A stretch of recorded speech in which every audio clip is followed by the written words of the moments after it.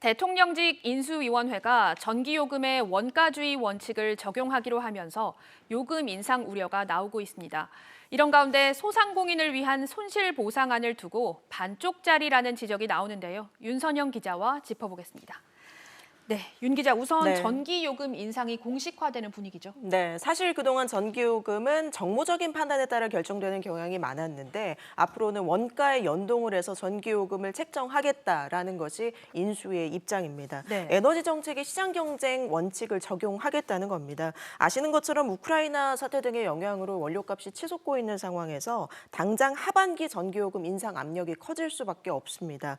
인수위는 또 장기적으로는 전력 판매 시장을 개방하겠다. 즉 현재는 한전이 전력을 사서 소비자들에게 독점적으로 공급을 하는 구조인데 한전 외에 민간 발전 사업자도 참여를 해서 기업들과 직접 계약을 맺고 전력을 공급하는 이런 구조가 생길 듯해서 논란이 될 전망입니다. 네, 이렇게 되면 당장 하반기에 전기요금 얼마나 오를 것 같습니까? 네, 일단 인수위는 인상 폭과 구체적인 인상 시기라든지 이런 부분들은 원자재 가격 추이를 보고 결정한다는 입장입니다. 일각에서는 한전이 적자를 벗어나기 위해서는 전기요금을 20% 정도 올려야 한다라고 보고 있습니다. 이 수준으로 올린다고 가정을 할 때 이번 하반기에 한꺼번에 20%를 올리는 것은 아니고요. 네. 5%씩 그러니까 4번 정도 인상을 할 수 있다라는 전망이 나오고 있습니다. 그동안 전기요금의 원가 인상분이 제대로 반영이 되지 않으면서 한전이 대규모 적자를 그대로 떠안아 왔다 이런 지적이 있어 왔는데 지금 상황을 봤을 때 앞으로도 한전의 부담이 커질 수밖에 없는 그런 상황입니다. 그럼에도 불구하고 최근 국제유가 급등에도 정부가 지난달에 한전의 연료비 조정 단가를 동결한 바 있습니다.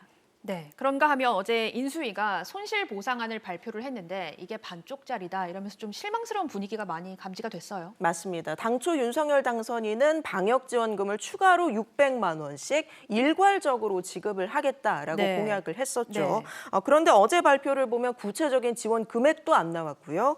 또 일괄 지급이 아닌 업종별로 손실 정도에 따라서 차등 지급하겠다고 했습니다. 이에 소상공인 단체들이 공약 후퇴다라며 반발을 하고 있는 겁니다. 인수위는 코로나 지난 2년 동안 손실 규모를 봤을 때 551만여 곳에서 54조 원 정도 손실을 봤다라고 추산을 하고 있는데요. 새 정부가 출범한 뒤에 추경을 통해서 지급하겠다는 방침입니다. 네, 윤 기자 잘 들었습니다.